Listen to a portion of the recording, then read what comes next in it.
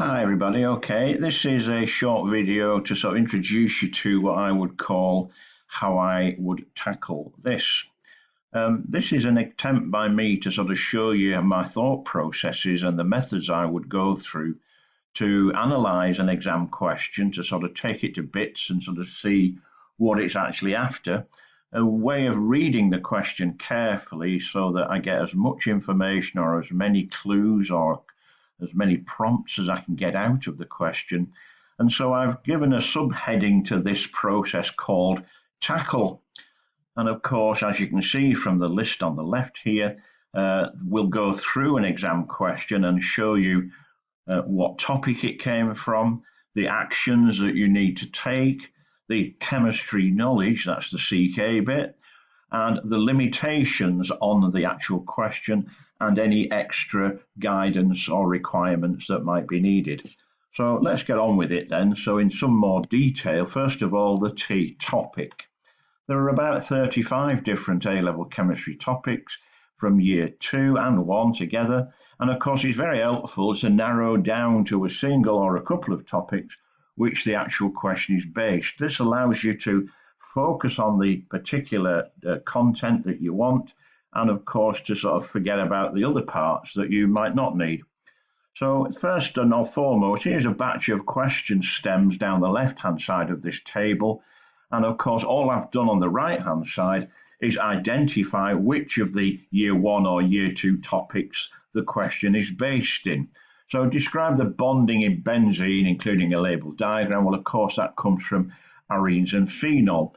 Miss 1, explain the difference in melting points of chlorine and sodium chloride.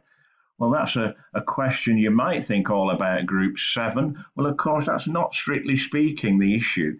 This is about melting points, and so that's to do with bonding and structure and the effect of the strength of bonding on the melting point of a substance.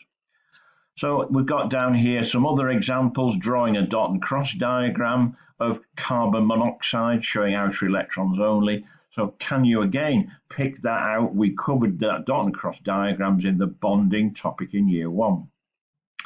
Obviously, some things calculating the pH of that concentration sulfuric acid, we only get to do pH calculations, of course, in year 2. So when we can pick out the actual topic, then that focuses our mind on that one and not the others. Second aspect, the A. This is what I've called the action. These are the command words or actions or verbs that tell you what you must do. These are very specific, and in chemistry we come across the very similar actions in most exam papers. Many of these have got specific interpretations or meaning that should be followed precisely. So looking at this table here, I've listed these actions in terms of the level of thinking difficulty that's required. And if you look carefully at the description, you can see that, for example, a statement, an action like name or state or define is quite simple. It's only worth 1 mark, and it's a single piece of factual knowledge. Well, of course, you don't get many of those in exam papers because they're only worth 1 and they're really quite basic. Above that and from that, we come to actions like describe, complete, draw, calculate. These require several important points, several aspects, several facts, and many or several steps to a procedure that you've got to go through. So it's more than 1, but it's multiple knowledge marks. Increasing in terms of difficulty again, we come across explain. Very popular in chemistry. Use or show or calculate or outline, something like a mechanism. These are application questions where we've got to do several things or combine several facts that allow us to say, well, therefore, or how something happens or why something happens.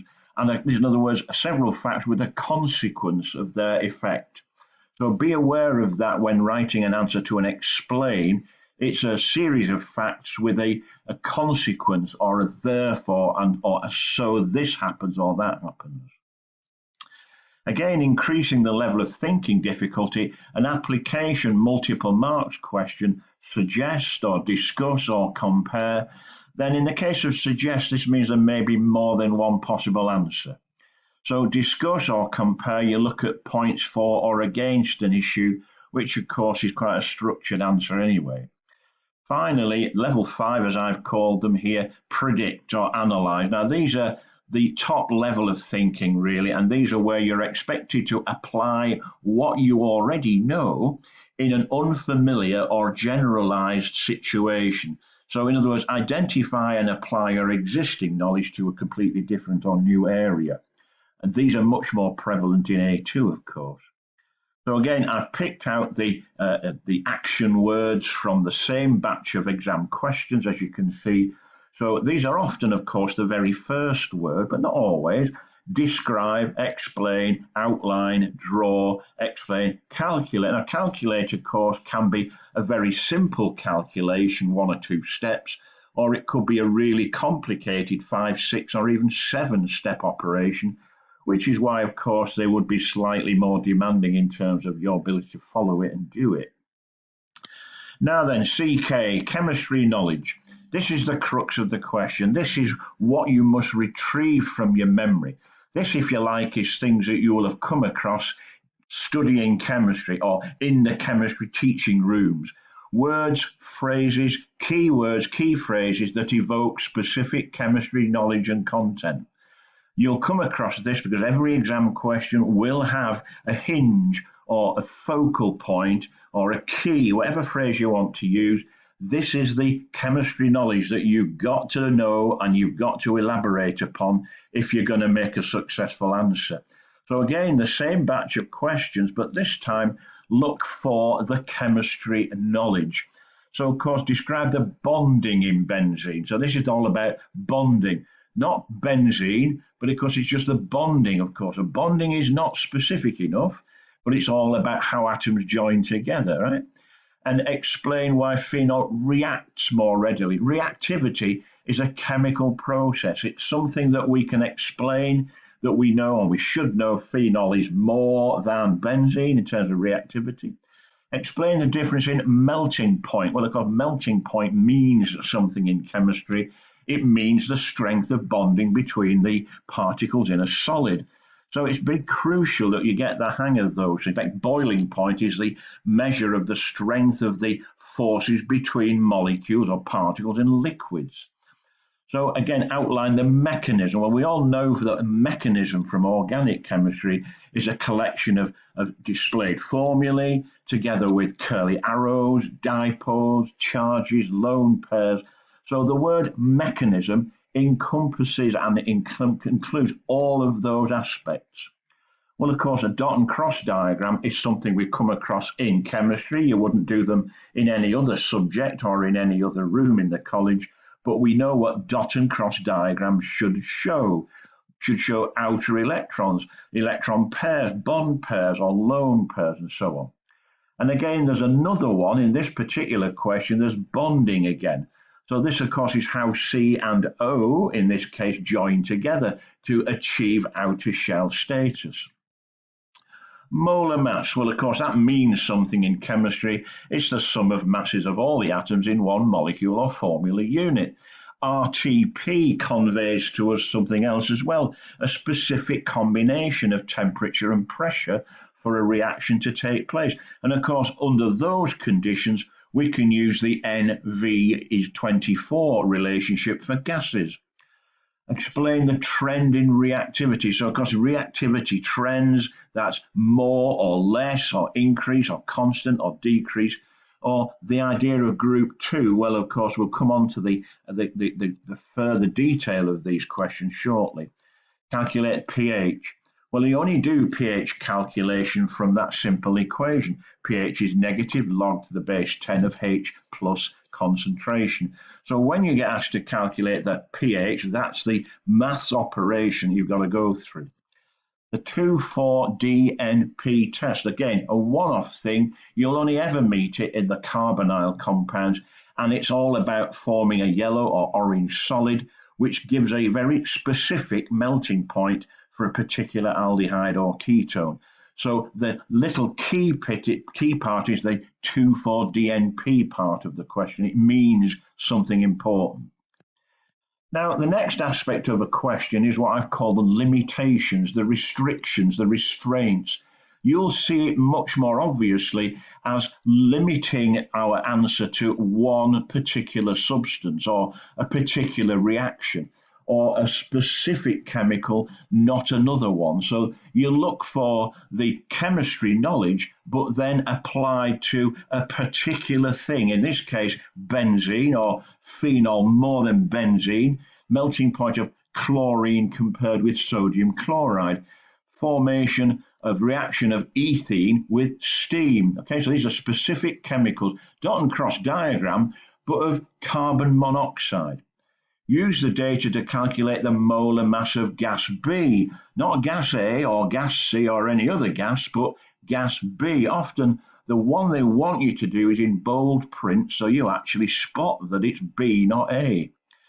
Trend in reactivity of group 2 metals, not group 7 non-metals or group 1 metals or any other group of elements, but the specific group 2 metals. So confine your answer to them and nothing else. Calculate the pH of that particular concentration sulfuric acid. And of course, without that particular value, 0.05 mole per cubic decimeter, you could calculate any concentration at all, but it's that specific one is the limitation for this question. And of course, identification of a specific ketone.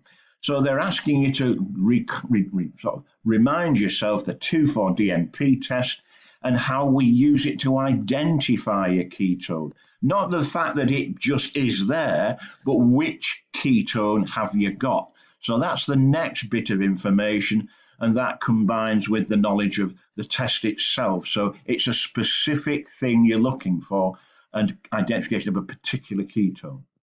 The last part of the tackle analysis is what I call extras. These are often the last line or last few words of a question. They qualify the answer, give you a specific focus. They're deliberately used by the examiners so you can use them and gain an extra mark if you follow the guidance, or if you don't, you lose it. Many inexperienced students miss this off, don't even notice it, go straight to their answer as soon as they think they know what they're going to write about, and neglect this very important statement. My advice is don't write anything at all until you finish reading all the words, and when you come to the big white space or the blank lines, then you can start your answer. Please watch out for these last lines, like give your answer to 3 significant figures or decimal places. In our question examples here, we've got include label diagrams. That's make sure you've got pictures with words on them. Why does phenol react more readily than bromine, than benzene with bromine solution? Not nitric acid or chlorine or anybody else, but it must be with bromine solution. Explain the difference in the melting points. Why is there a difference? That's the point we're looking for. A difference, they're not the same. Why is there a difference? One is higher than the other. The presence of phosphoric acid. This is to conduct you to the reaction, the hydration reaction, the specific reaction of alkenes, and that's the one that they want you to restrict your answer to, just that. Well, your dot and cross diagram, of course, the last line, show outer electrons only. There's no need to show all the others. There is absolutely no point, so please restrict yourself. Follow what it tells you to do as the last instruction. And of course, as we mentioned, RTP means you can use the N equals V over 24 relationship for the volumes of gases. Trend in reactivity as you go down the group. That's to guide you to go from the top to the bottom, not randomly or from bottom to top. It's to tell you to work from magnesium down through calcium, strontium, and barium. We don't deal with the top and bottom ones in group 2, remember. And of course, the classic one here, give your answer to 2 decimal places. And of course, that's what you must do, and there will be a mark for it. And as I've already mentioned, a specific ketone, no other, just a particular one which you can identify from its melting point. So by keeping tackle in mind, it may help you to figure out various important things where I look for, how I get my answer, and what I do with it.